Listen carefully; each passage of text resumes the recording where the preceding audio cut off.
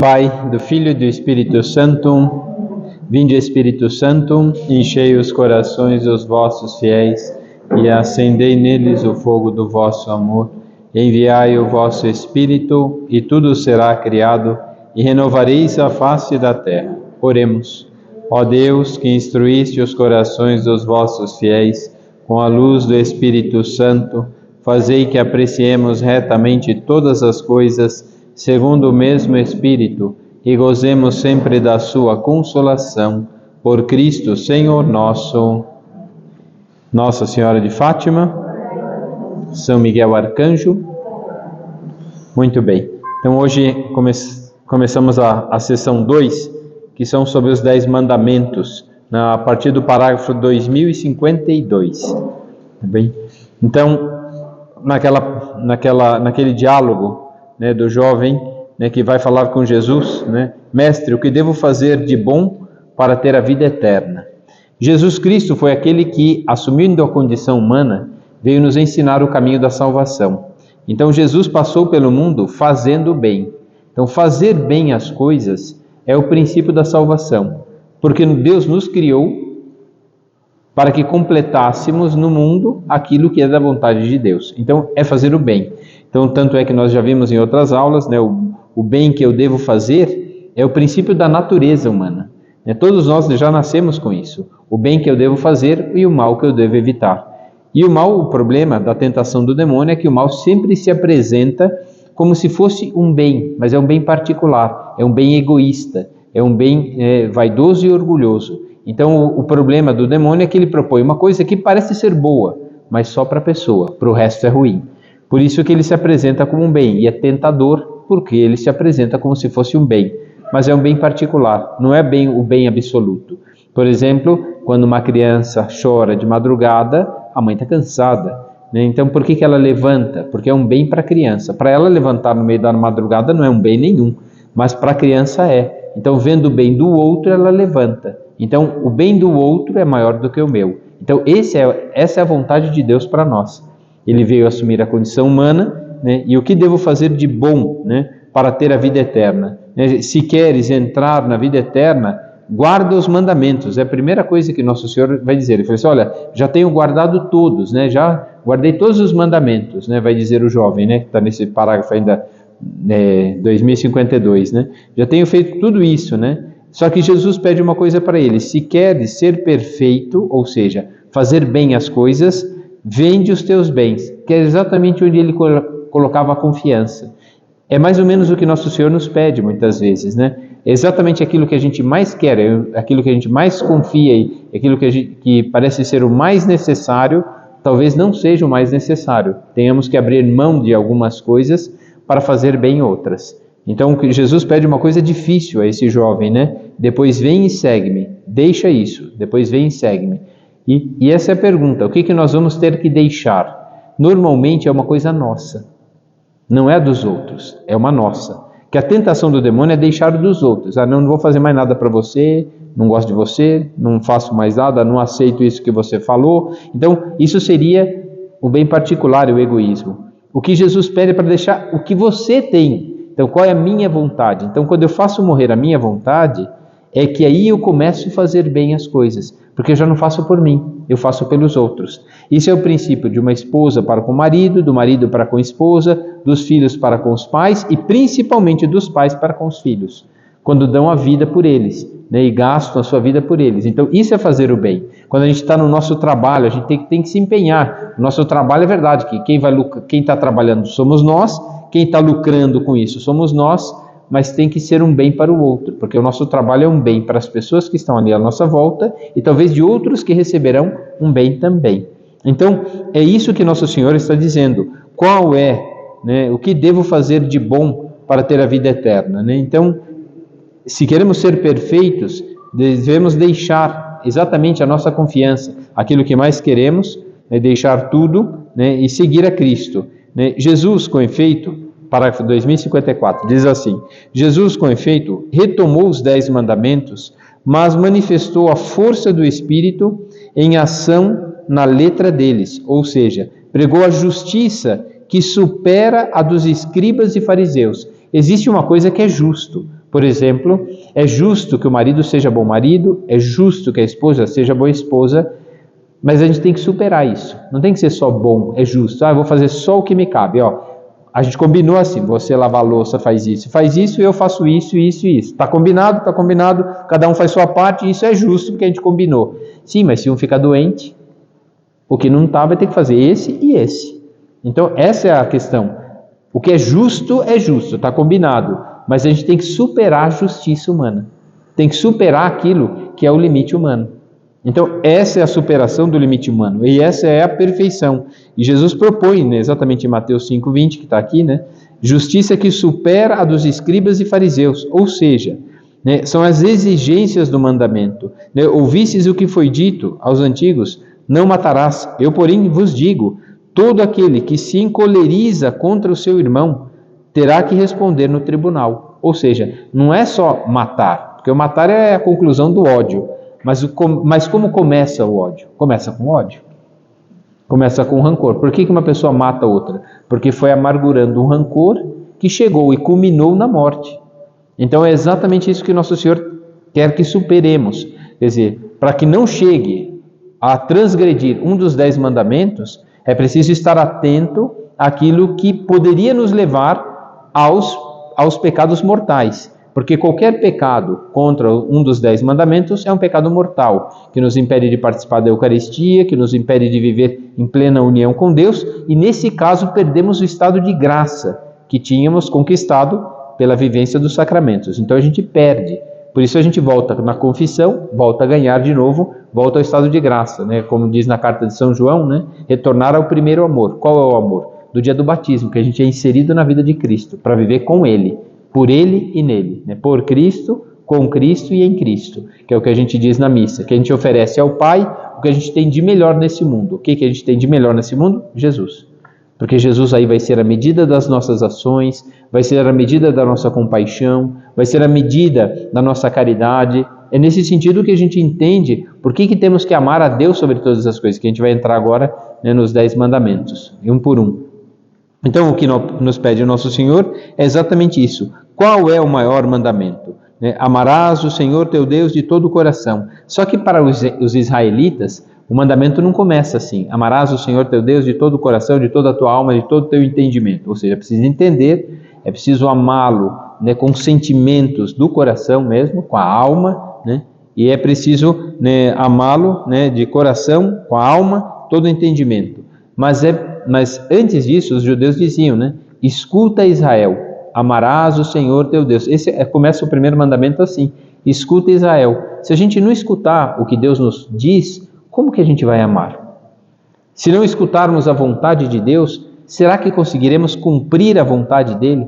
Por isso a gente tem que escutar a Deus. Então, o escutar a Deus é o princípio do mandamento. Escuta, Israel. Amarás o Senhor teu Deus de todo o teu coração, de toda a alma, de todo o teu entendimento. A compreensão do amor de Deus é que também purifica a nossa intenção. Porque se a gente entende por que Deus quer isso, aí sim a gente entende e consegue fazer, não sem sacrifício, com sacrifícios. Porque sacrificar a nossa vontade, como foi proposto para o jovem rico. Deus pediu uma coisa para ele, era um sacrifício. Qual é o sacrifício que Deus nos pede? Suportar uma pessoa chata, perdoar uma pessoa ruim, né, ou maldosa, né, ou burra mesmo, né, porque fez por maldade ou por burrice, né, alguma coisa contra a gente ou contra Deus. Então, como que a gente pode saber conviver com a pessoa? Por causa da compreensão daquilo que a gente aprendeu de Deus. Então, quando a gente aprende, a gente tem que ultrapassar aquilo que é a justiça. Olho por olho, dente por dente. Era assim que era a justiça dos fariseus e mestres da lei. Então, não é olho por olho, dente por dente. Jesus pede muito mais do que isso. Ultrapassar os limites, ter compaixão, ter paciência, saber suportar as contrariedades e, por fim, perdoar. Então, ter misericórdia, né? Então, é isso que nos pede o Nosso Senhor, né? Quando a pergunta é feita, né? E qual é o maior mandamento? Jesus fala esse e resume todos os outros, né? Praticamente num outro. Amarás, né, o teu próximo como a ti mesmo. Ou seja, o que eu quero para mim é o que eu tenho que fazer pelos outros. O que eu quero para mim, eu tenho que fazer pelos outros. Então, esse é o princípio. E no Decálogo, aqui parágrafo 2056, diz assim: esse Decálogo são 10 palavras, ou seja, 10 desejos de Deus para nós, a vontade de Deus para nós. E é verdade que quando Moisés sobe a montanha, está em oração, é na oração e no silêncio do coração que a gente consegue compreender a vontade de Deus. Por isso a gente tem que fazer a vontade de Deus no silêncio. A oração é necessária.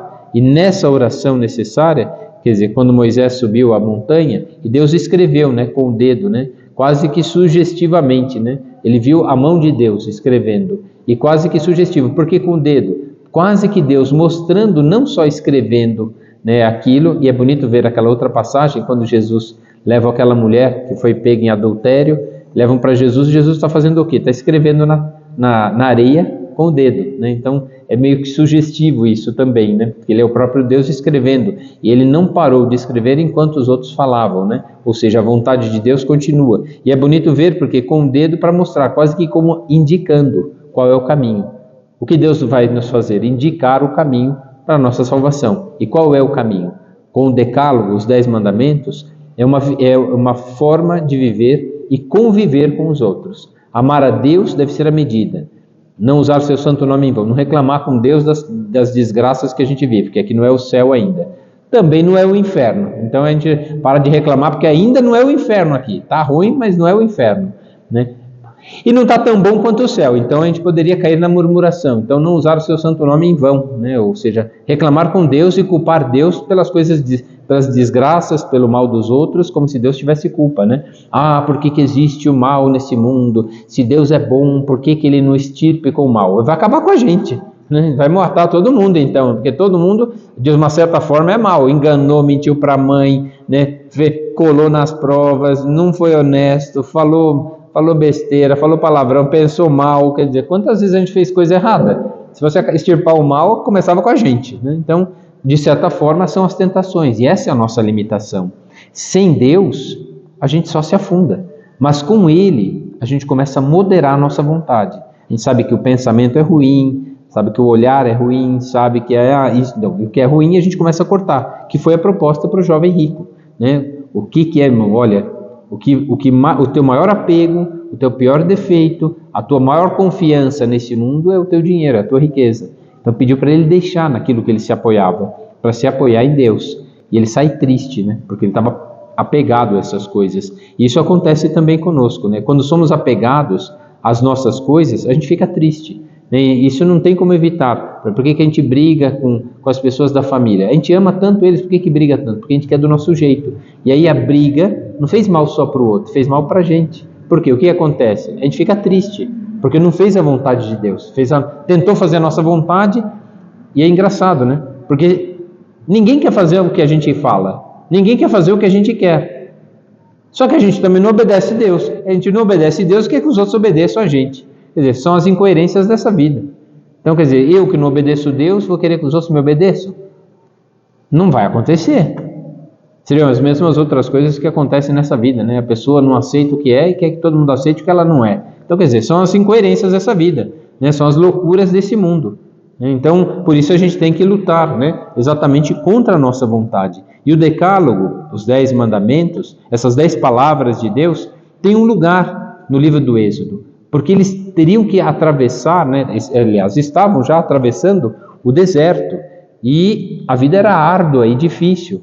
Então, nesse momento, um certo relacionamento era necessário, e esse relacionamento são os 10 mandamentos, é a forma de conviver que Deus quer para eles. Amar a Deus, né, não usar seu santo nome em vão, não adianta reclamar com Deus, porque essa vida é assim, e a gente tem que saber se apoiar em Deus para superar e suportar as contrariedades, isso a gente tem que fazer, né? E depois vem os outros mandamentos, honrar pai e mãe, aqueles que cuidaram de você, se você não respeita, vai respeitar quem?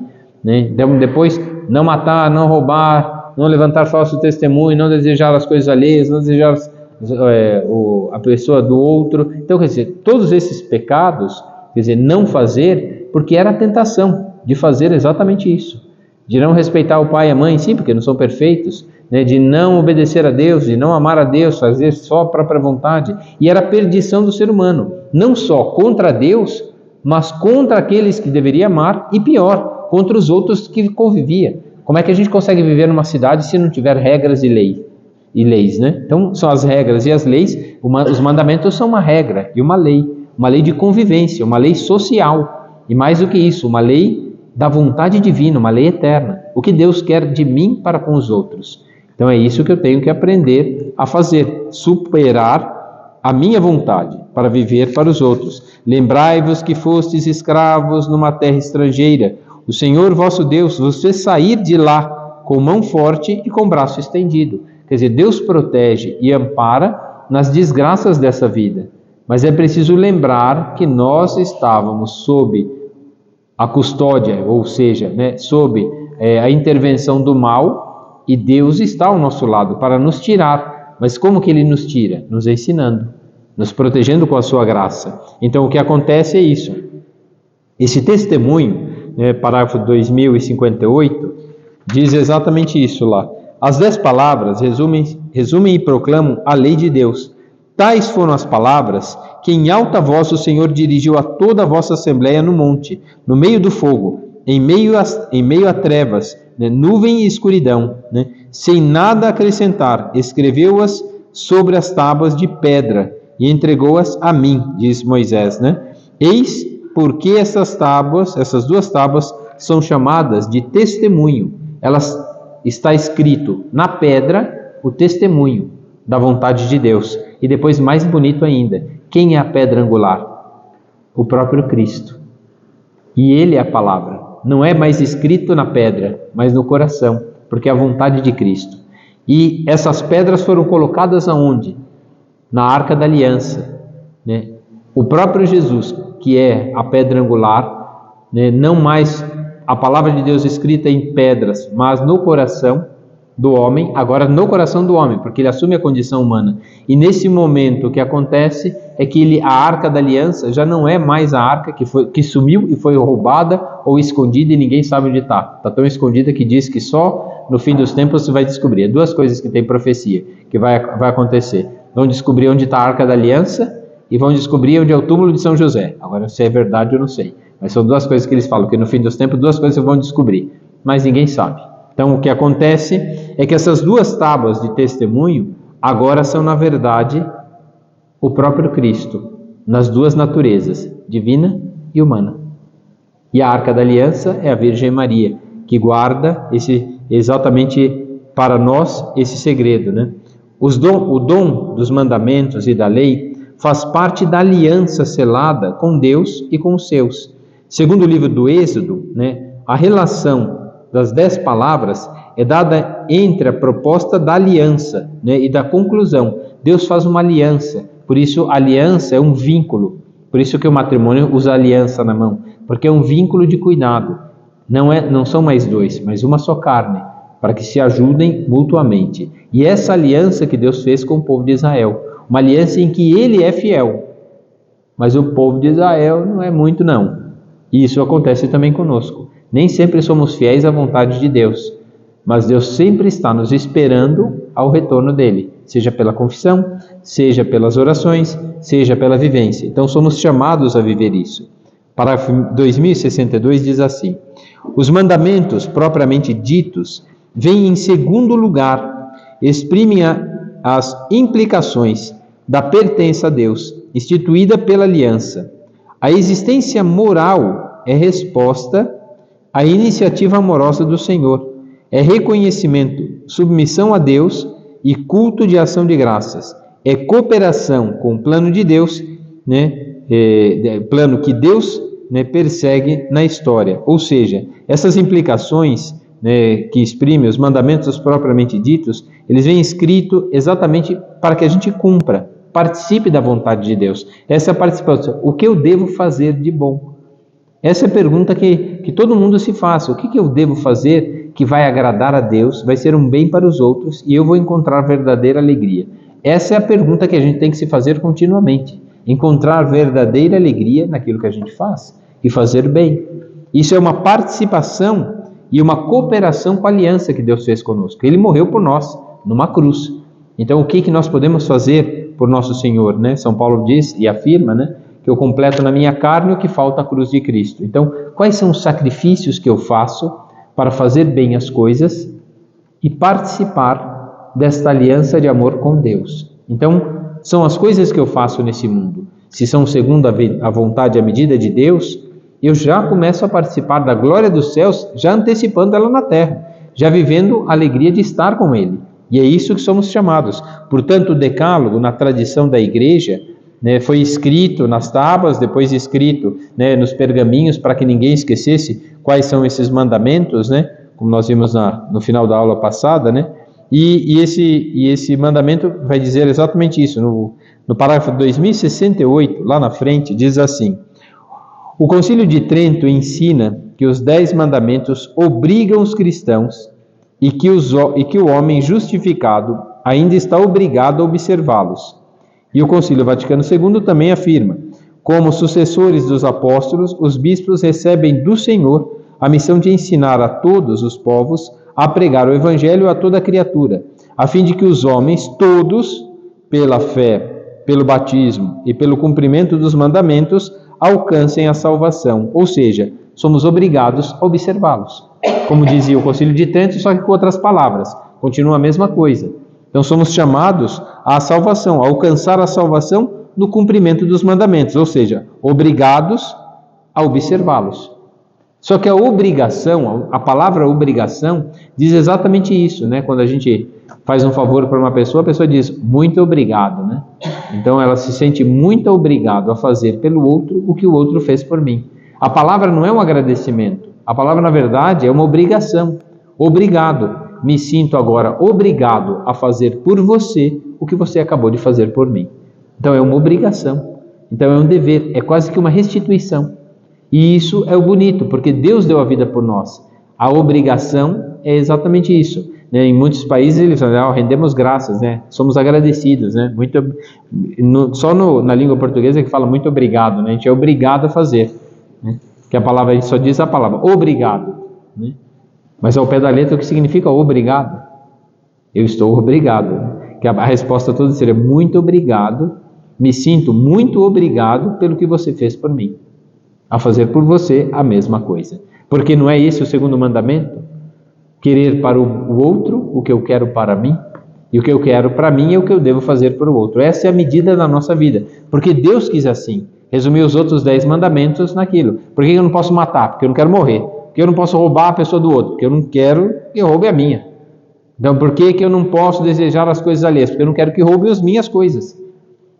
Então, por que eu não devo falar mal da vida alheia? Porque eu não quero que fale mal da minha. Bom, é só se comportar bem que ninguém vai falar mal. Mas se não se comportar bem, vão falar só a verdade. É só a verdade que vão falar.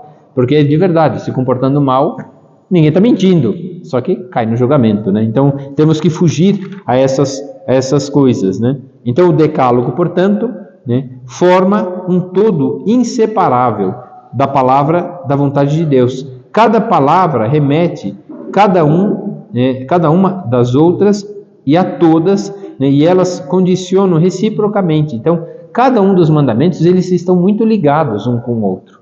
Porque qual é a vontade de Deus? Está nos 10 mandamentos. Então, em cada um dos mandamentos está a vontade de Deus. Em todas elas estão interligadas. Por exemplo, um filho que aprendeu bem com os pais e honra o seu pai e a mãe, vai ser um bom filho. Um bom filho nunca vai desejar as coisas alheias, nunca vai esquecer Deus, nunca vai matar, nunca vai roubar. Então, no final das contas, quer dizer, um mandamento de amar a Deus vai amar os pais apesar dos seus pecados e defeitos. Então, vai ser um bom filho. E sendo um bom filho, não vai fazer as outras coisas. Todos os mandamentos estão ligados entre si. São quase que uma consequência. Então, por isso que o primeiro é amar a Deus sobre todas as coisas. E Jesus deixou ele do jeito que estava. Só que o resto todo, ele juntou num só. Então, é exatamente querer para o outro o que eu quero para mim. Portanto, a obediência aos mandamentos implica ainda obrigações cuja matéria é, em si mesma, leve, né? Assim, a injúria por palavras está proibida pelo 5º mandamento, mas só poderia ser falta grave em função das circunstâncias ou da intenção daquela que o profere. Por exemplo, o 5º mandamento, né? Então, se a gente não matou, mas teve a intenção de ofender de tal forma a pessoa, não caiu só no 8º. Foi pior, até matou a imagem da outra pessoa.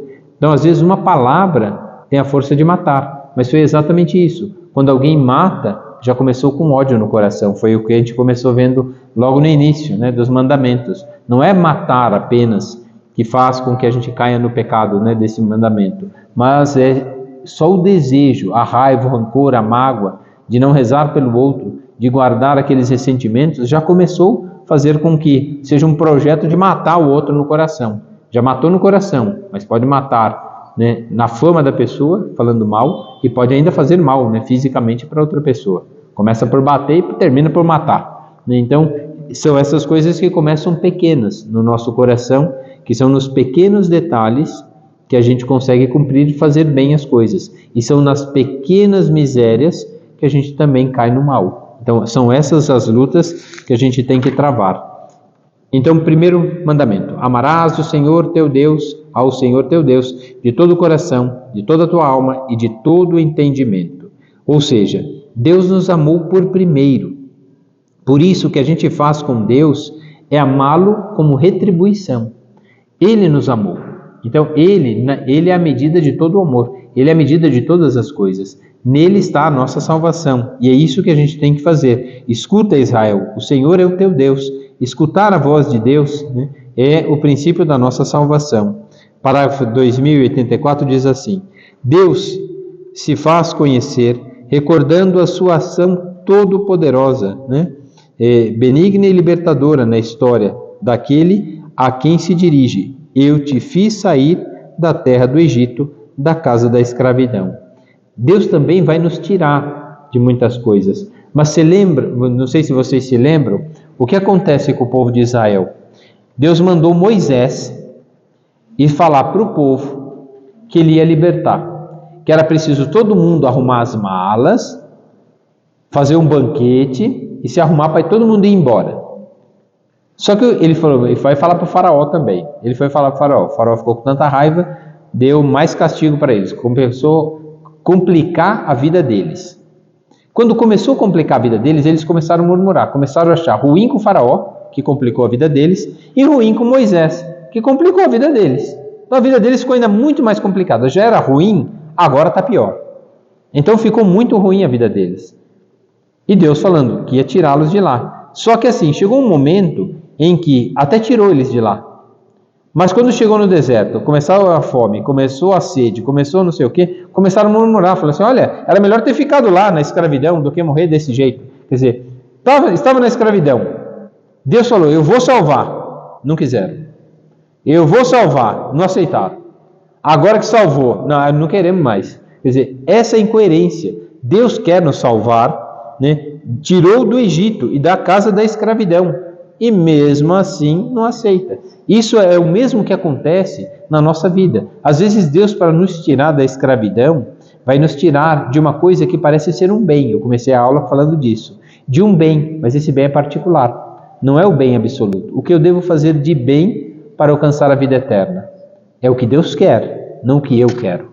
Quando o que eu faço o que eu quero, aí o que acontece é que vira uma tragédia. Porque o bem que eu quero nem sempre condiz com a vontade de Deus e nem sempre ajuda as pessoas à volta.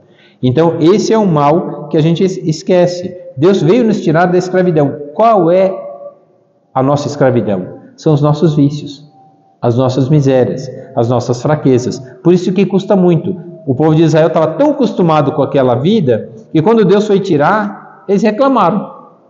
Está tirando da escravidão e não aceitaram. Está dando a libertação, vai ter que passar pelo deserto, mas não aceitaram. Estava ruim e eles queriam ficar lá.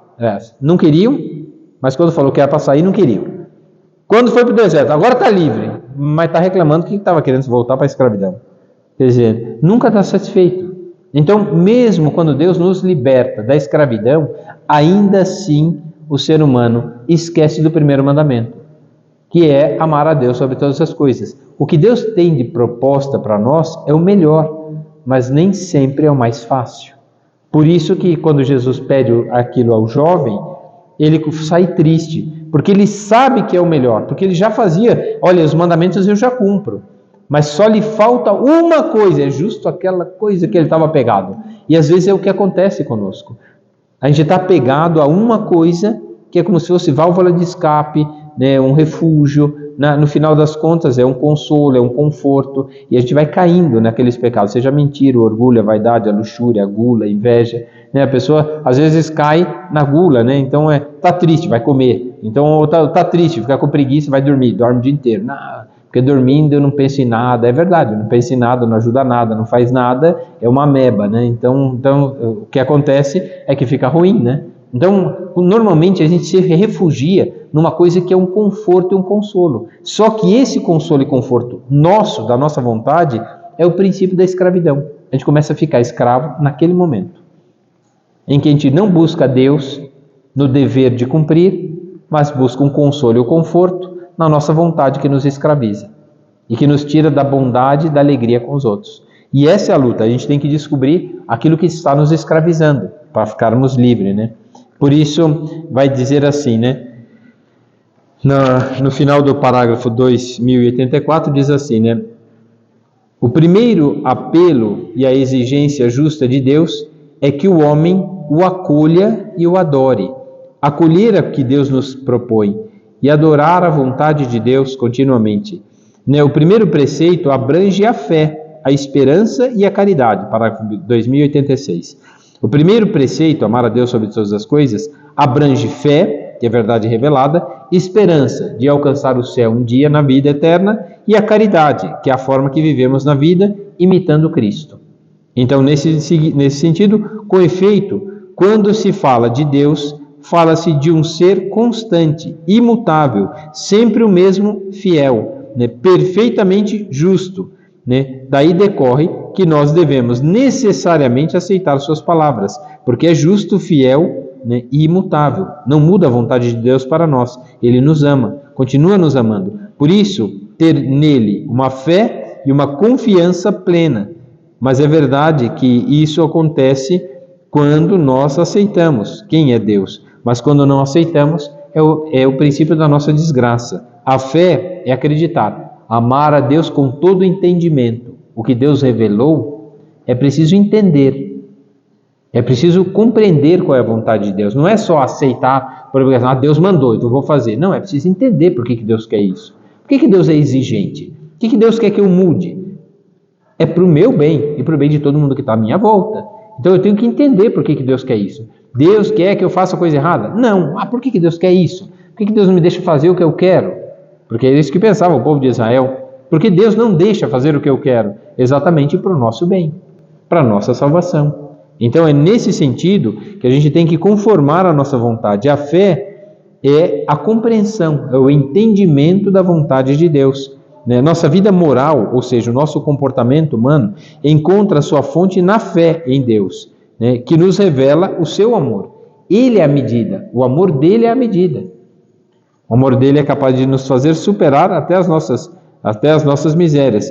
Ele vê no desconhecimento de Deus o princípio e a explicação de todos os desvios morais. São Paulo vai dizer, obediência da fé, ou seja, daquilo que Deus revelou. Porque se não for isso, o desconhecimento de Deus é o princípio e a explicação de todos os desvios morais. Por que as pessoas querem ter uma vida errada e a primeira coisa que eles fazem, qual que é? Atacar Deus. Por quê? Porque eles sabem que Deus pensa diferente. Por que estão tantos projetos de lei de algumas pessoas nesse nosso país e no mundo inteiro que querem acabar com a Bíblia? Porque ali tem um comportamento moral que Deus quer e não condiz com o comportamento moral de muita gente. Então esse é o problema. Então não querem o que Deus quer, porque eles compreendem o que Deus quer, mas não querem fazer. E por quê? Por causa desse desvio, esse desvio moral, dessa desordem na vida. Então essa desordem já é um desvio do princípio de união entre as pessoas. Quando há desordem e desobediência, a sociedade vive o princípio da anarquia. Não adianta ter Constituição, porque ela vai ser mudada de acordo com a nossa vontade. Não adianta lei, porque ela vai ser mudada de acordo com a nossa vontade. Mas quando a lei ela obedece uma regra natural e boa para todos, todos temos que entrar nessa regra. Por exemplo, na sociedade, quem tem maior valor na sociedade? Primeiro as crianças. Por quê? Porque é o futuro da nação. Depois, quem são os mais importantes? As mulheres. Por quê? Porque geram os filhos. E por fim, os homens, que se vão para a guerra e defender, está ótimo, né? Os homens são a última coisa, são os menos importantes. Ah, mas são os que trabalham. Sim, mas se as mulheres gerarem outros filhos, pode substituir. Aposenta todos os velhos e põe os novos para trabalhar e pronto, a sociedade vai para frente. O que não dá é exatamente fazer com que o homem seja o principal na sociedade. É mal, o homem tem o dever de cuidar. Por isso ele está à frente de muitas coisas, ele está à frente numa guerra, está à frente no cuidado, porque ele tem que proteger aqueles que estão sob a sua guarda. Esse é o princípio do mandamento da ordem natural das coisas. Até porque quem educa as crianças são sempre as mulheres. Porque se não fosse assim, o homem educava com tapa e murro e paciência. As mulheres têm resistência, exatamente para ter paciência, e a ternura delas é que faz elas não espancar os filhos até matar. Se fossem os pais... Então, essa é a diferença. Por isso que o homem e a mulher não pode ser igual. Tem igualdades, eu acho que até não tem que ter igualdade. A mulher tem muito mais direito do que o homem. Porque eu acho que quando quer igualar, está querendo fazer que a mulher seja igual ao homem. E não é isso, né? A mulher tem privilégios. As crianças têm o Estatuto dos Direitos das Crianças. Elas têm direitos antes de ter dever. Elas só vão ter dever depois que os direitos forem constituídos a elas. Mas qual é o direito a elas? Prepará-las para que depois, recebendo, possam dar aos outros o que elas receberam, sejam agradecidas. Então, hoje elas têm direito, amanhã elas terão deveres com os outros que terão direitos. Então, isso é uma sociedade sadia, mas ela tem regras, leis. Sem lei é uma sociedade anárquica, é uma anarquia, manda o mais forte, que é exatamente aquilo que são os escritos dos filósofos de Maquiavel, Nietzsche, Heidegger. Todos esses caras falaram que a superação é o super-homem, é o princípio da guerra. Quem que manda mais? O super-homem. Quem que é o super-homem? Né? Não é aquele do desenho em quadrinhos, né? Para Nietzsche, o super-homem é aquele que subjuga os outros. Para Maquiavel, é o mais forte que tem estratégia de guerra e que domina o seu inimigo. E não é essa a vontade de Deus. Nesses não está a vontade de Deus. E são filósofos que praticamente precederam todas as guerras. Maquiavel precedeu um monte de guerra da União das Nações. Nietzsche precedeu o quê? Primeira Guerra Mundial, Segunda Guerra Mundial, né? Marx, a mesma coisa. Ou seja, uma sociedade é o Estado que manda. Não, não é o Estado que manda. O Estado é uma junção de pessoas. É igual a família. A família é a célula da sociedade, mas a família é constituída de pai, mãe e filhos. Esses são importantes. Aí quando eles vivem juntos, é uma família. Agora, quando não vivem juntos, está desfigurado. Se não ama nem aqueles que são os seus, vai amar quem? Se você não ama mais seu pai, porque você não sabe onde seu pai está. Não ama sua mãe porque ela não se comporta bem. Vai amar quem nessa vida? Não vai ter regra. Por isso os pais têm deveres para com os filhos. Porque um dia os seus pais tiveram deveres para com eles. Então, esse é o princípio da lei. É o entendimento da vontade de Deus. Sem a lei de amar a Deus sobre todas as coisas, porque ele é o princípio do comportamento moral. O que eu devo fazer de bom está em Deus. Então, quando a gente obedece à vontade divina, nos tornamos mais humanos. Sem Deus, nos tornamos animais. Como diz Hobbes, né, o homem é o lobo do homem. E é verdade. Isso é um filósofo, hein? Para dizer que um filósofo, para dizer uma coisa dessa, né, o outro é o mal do outro. Quer dizer, é o lobo do outro. E por que ele diz isso? Exatamente porque é uma sociedade que está lutando para conquistar terras, dinheiro e poder. Que esse é o princípio da desgraça do ser humano. Quando na verdade ele vive para doar a própria vida. Não é exatamente o começo que nós começamos aqui? Quer dizer, quando o homem busca poder, fama e dinheiro, a raiz disso é o orgulho. E quando ele busca isso, foi exatamente o que Jesus disse para o jovem rico. Vende tudo que tem, dá aos pobres e me segue. Foi exatamente o que ele não quis. E aí por que saiu triste? Porque o dinheiro, a fama e o orgulho não leva ninguém a lugar nenhum. A pessoa pode ser a Miss Universo. Quando chegar com 60 anos não está mais a mesma coisa. Uma coisa é quando tinha 18. Agora com 60 já não está mais igual. É a mesma pessoa. Mas a caixa é outra. Né? Na cabeça pode ser até melhor do que era quando estava 18, com certeza é. Aprendeu muito mais, viveu muito mais, aprendeu a amar, aprendeu a ser muito melhor. Por dentro é ótimo, o presente que tem dentro é ótimo, mas por fora a caixa já está gasta. Então essa é a nossa vida.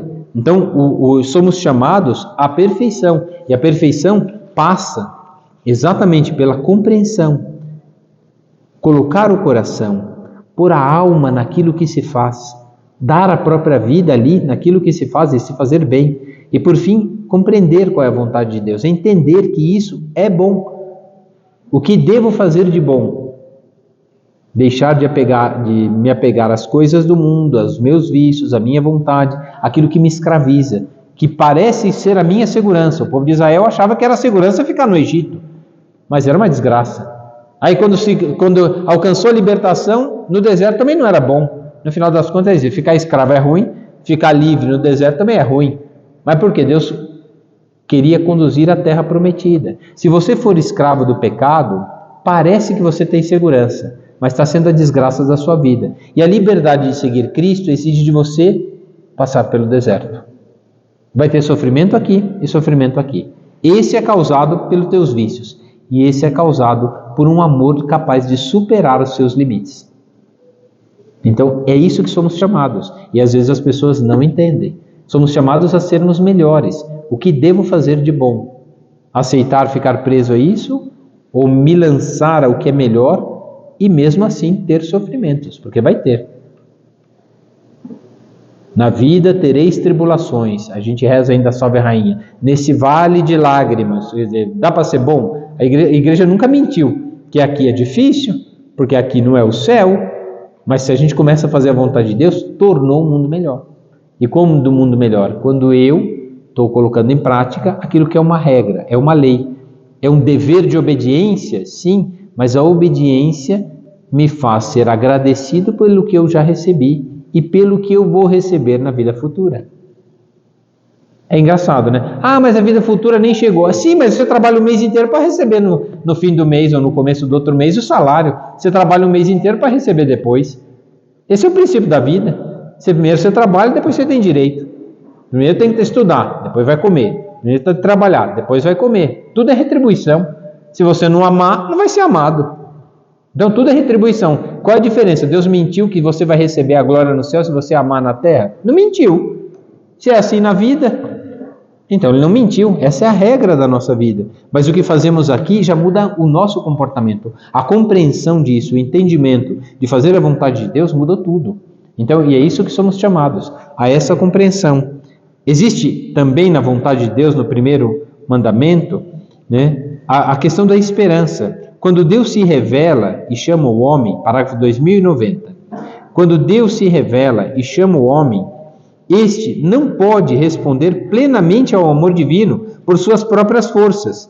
Deve esperar que Deus lhe dê a capacidade de corresponder a esse amor e de agir de acordo com os mandamentos da caridade. Ou seja, a gente, por mais que saiba, não consegue. Por mais que faça propósitos, nem sempre consegue. Mas então vamos perder a esperança? Não. Enquanto olhamos para Deus, né, lembra-se dois finais de semana atrás, né? Enquanto São Pedro olhava para Jesus, andava sobre as águas. Ficou com medo da tempestade e começou a afundar. É isso. Quando a gente perde o olhar sobre Deus, a gente começa a afundar nas dúvidas, nas tristezas, e aí começa a cair o orgulho. Ah, eu não melhoro, eu não tenho jeito, vida, azar, né? Então, no final das contas, começa a choramingar, né? E ainda não cumpre, porque não adianta, eu faço, e não dá certo. Sim, quando a pessoa desiste, quer dizer, ela privou os outros de um bem. Ela nunca pode desistir. Então, ela tem que continuar. Enquanto, e se ela não conseguir? Mas olha, lutou até o fim. A gente não sabe se vai vencer a batalha e a guerra. Um soldado vai para a guerra com a esperança de vencer a batalha. Mas ele não sabe se ele vai vencer. Pode ser que ele seja derrotado, então ele vai desistir. Tem que ir até o fim. Se a gente pensar assim, né? Eu tenho que trabalhar, tenho que sustentar a família, tenho que fazer um monte de coisa. Mas e se eu morrer no caminho? Então eu não vou trabalhar, porque se eu vou morrer no caminho é melhor parar agora. Pronto, você privou todo mundo do teu bem, do teu esforço, da tua alegria, da tua ajuda. Então, no final das contas, a gente mira o céu, mas foca o olhar e o nosso empenho na terra.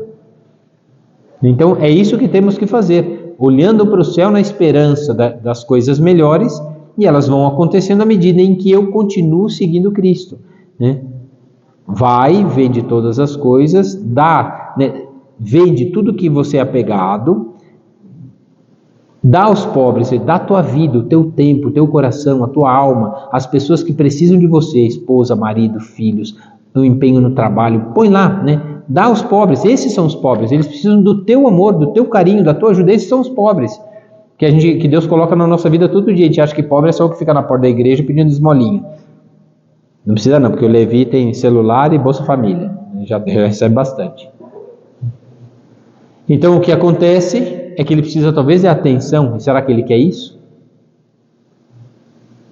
Precisa do amor, sim. Então não nasceu de chocadeira, tem família, pode voltar para a família. Será que quer? Será que não são os vícios que ele não larga? Por isso vive uma vida triste na rua, porque não quis largar aquilo que o impediu de conviver com a família. Essa é a escravidão que a gente vive hoje em dia.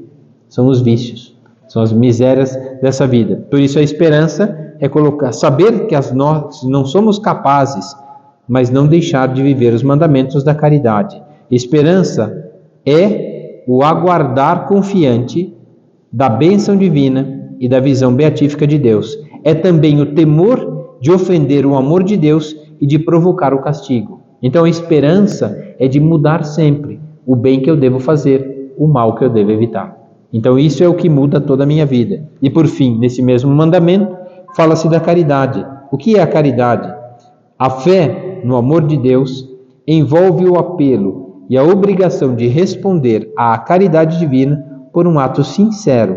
O primeiro mandamento nos ordena que amemos a Deus acima de tudo e de todas as criaturas, por Ele mesmo e por causa dele. Então, amar as criaturas, mesmo elas com defeitos, por causa do amor de Deus, porque Ele nos pede isso. Agora, é fácil? Não é. Então, por isso que o amor de Deus nos faz viver a caridade, porque a tentação é não ajudar, né?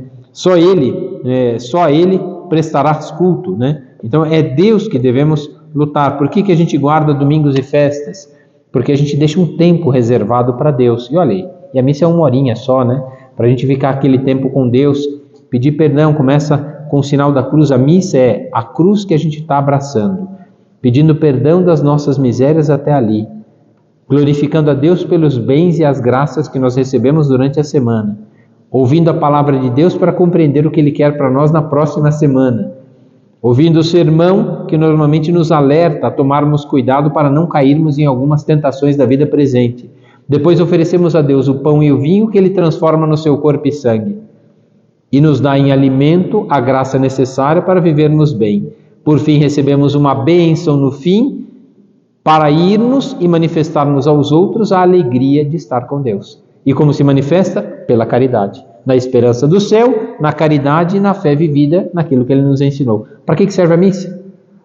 Não sei para que serve a missa. Exatamente para isso. Esse é o fim da missa e esse é o princípio da nossa ordenação da vida. Então a gente vive uma vida ordenada e obrigada ao bem, porque alguém morreu por nós, num sacrifício de doação. Se não fosse isso, não aprenderia nunca a amar. Então o amor de Deus, que é em primeiro lugar, deve ser correspondido. Por isso que amor é o que se dá, não o que se recebe.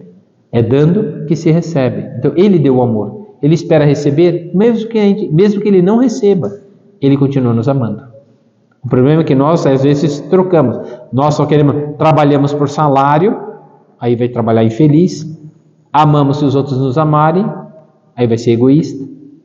Então, são essas as coisas que nos impedem de nos tornarmos melhor. Só a Ele prestarás culto. Então, buscar a Deus é o princípio de fé que Ele revelou, esperança naquilo que Ele prometeu e a caridade de como Ele viveu. É assim que devemos viver, colocar em prática, né, a vontade de Deus, a adoração, né, saber que Jesus está presente na Eucaristia, né, e que continua conosco. Eis que estarei convosco todos os dias, até o fim dos tempos. A adoração é saber que Ele se humilhou, assumindo a condição humana, e se rebaixou, se colocando no pão e no vinho, para se fazer alimento para nós. Então essa é a beleza da vida. E a oração é o nosso diálogo com Deus.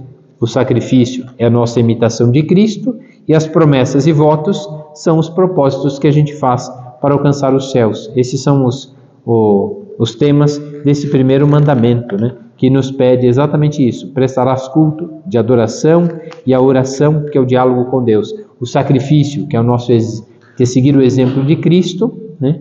E as promessas e votos, que é exatamente o que nós pretendemos alcançar, segundo a vontade de Deus.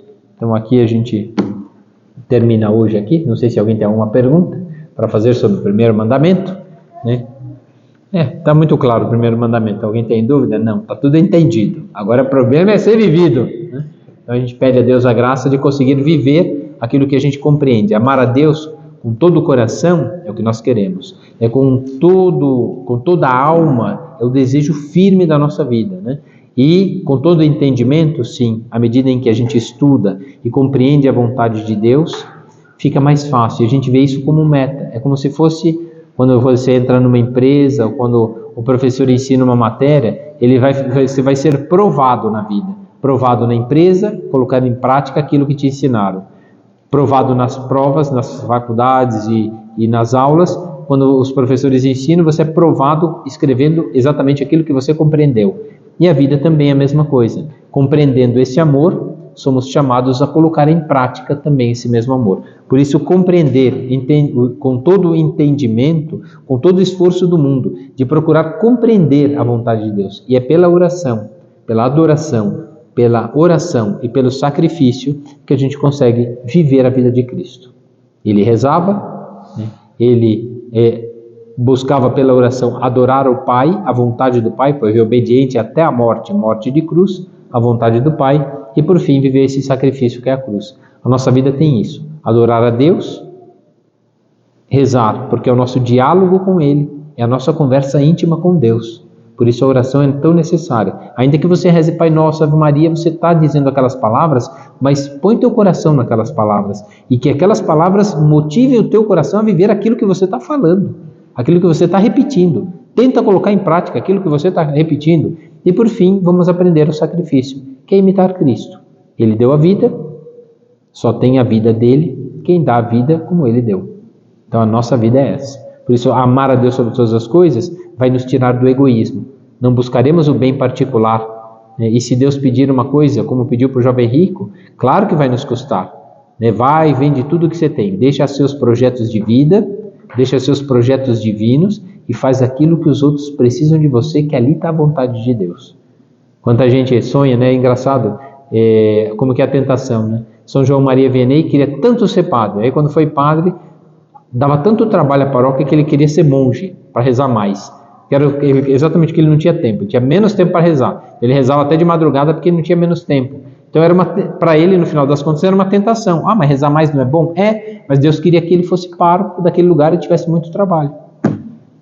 A pessoa não é casada, não vê a hora de casar. Aí é casada, por que eu casei? Então é sempre assim, a tentação contrária à nossa vocação. Sempre assim, não vejo a hora de me formar e ser um grande profissional, então vai estudar. Mas estudar é chato. Como é que vai ser um grande profissional se não estuda? Né? Então essas são as tentações da vida da gente. A gente tem que pôr o coração onde está, porque o nosso coração está lá na frente ou está lá para trás, só reclamando. Está vivendo do passado, aí fica empacado igual mula. E está vivendo um sonho, tentando voar igual os passarinhos, mas não chegou no futuro. Quando vier pôr o pé no chão e viver bem aquilo que tem que viver na vida presente. Esse é o amor de Deus. Ali está o sacrifício. Custa? Custa. É ali que está o sacrifício. Ali que está a nossa imitação de Cristo.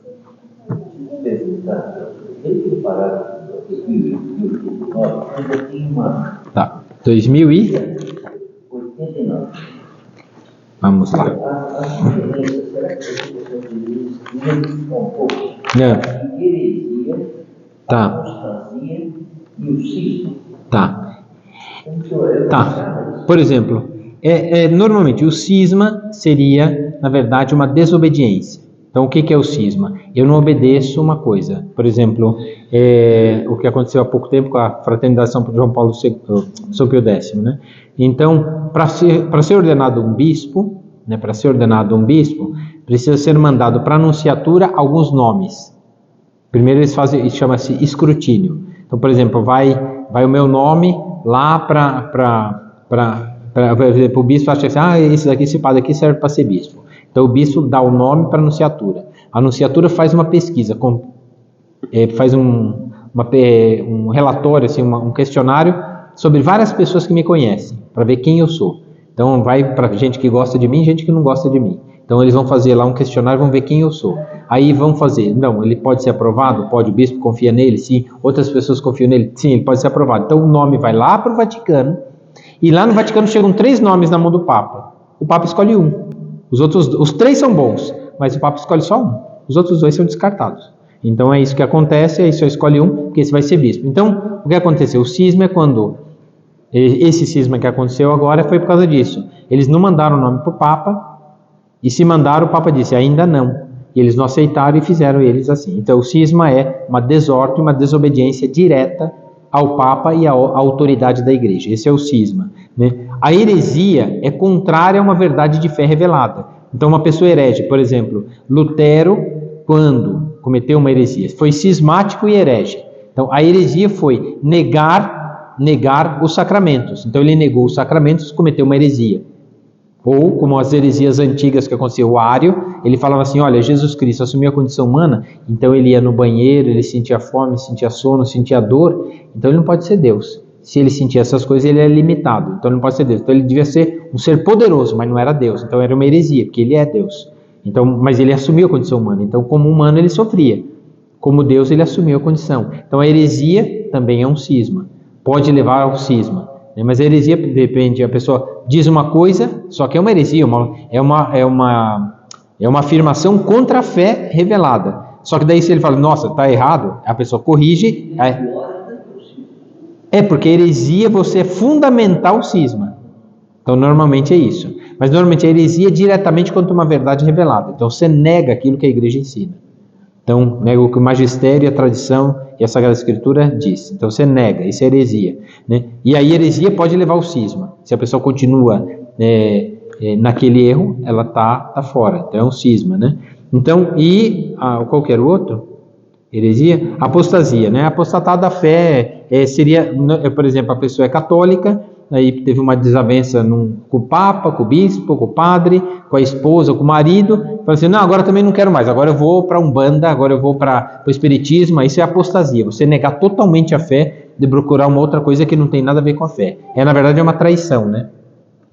Seria o princípio da traição, está traindo a fé. A heresia é meio que uma traição e o cisma também, todos eles têm esse princípio, só que a heresia é direto contra uma verdade, né? A apostasia é negar tudo e viver outra vida, né? E o cisma é você negar não as verdades reveladas, mas você não obedecer aquilo que a igreja propõe. Seria a mesma coisa, um padre, quando cai num cisma, seria o bispo manda ele fazer uma coisa, ele nega e faz totalmente o contrário. O bispo fala assim, não, você não pode celebrar missa naquele lugar, não pode fazer isso, não pode fazer aquilo, pode parar de fazer isso. Ele não para, então quer dizer, ele está vivendo, ele não está negando a fé, mas está em desobediência. Então isso é um cisma, tá bom? A igreja brasileira foi assim, foi um cisma. A igreja ortodoxa, esse foi o cisma.